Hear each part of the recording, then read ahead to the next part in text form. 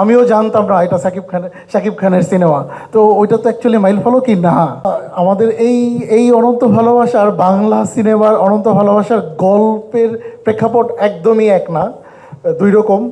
আর আমাদের এই অনন্ত ভালোবাসার গল্পটায় প্রচুর লড়াই, ভালোবাসাকে গেইন করার জন্য, ভালোবাসাকে অর্জন করার জন্য প্রচুর লড়াই আছে, যেটা অ্যাকচুয়ালি আমরা বাংলা সিনেমায় পাই না, আমাদের ওই বাংলা সিনেমায় পাই না। তো তো আমাদের আশা করি এটার সাথে ওইটার কোনো ইয়ে হবে না, কনফ্লিক্টও হবে না, বা ওইটার কারণে এটা দেখবে এমনও হবে না। এটা অনন্ত ভালোবাসা তুর্কি সিরিয়াল যেটা আমরা বাংলা করছি, এইটাকে মানে এইটাই একটা মাইল ফলক, কারণ এটা তুর্কি সিরিয়ালগুলোর মধ্যে, তুর্কি রোমান্টিক সিরিয়ালগুলোর মধ্যে প্রথম এমি অ্যাওয়ার্ড জিতেছিল। তো এটা ওদের জন্যও মাইল ফলক। তো আমরা বিশ্বাস করি বাংলাতেও এটা একটা মাইল ফলক অর্জন করবে।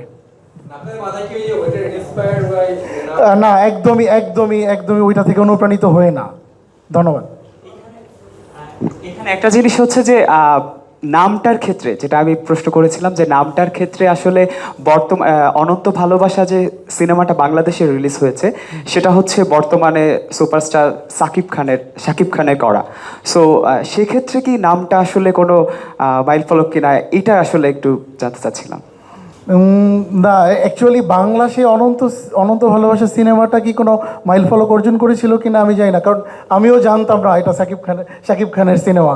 তো ওইটা তো অ্যাকচুয়ালি মাইল ফলক কি না।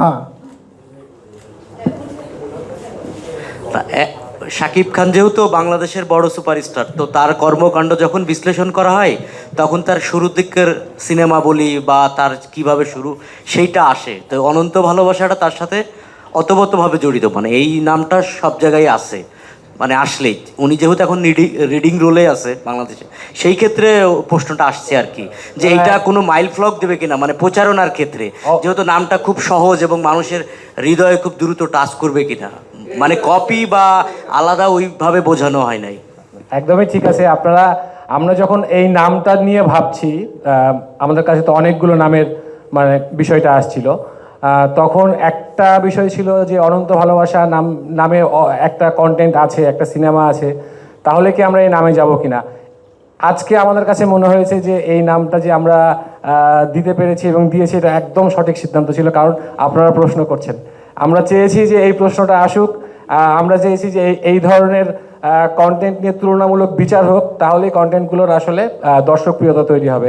আপনারা এটাকে আইডেন্টিফাই করেছেন, এটা আমাদের জন্য খুবই আনন্দের।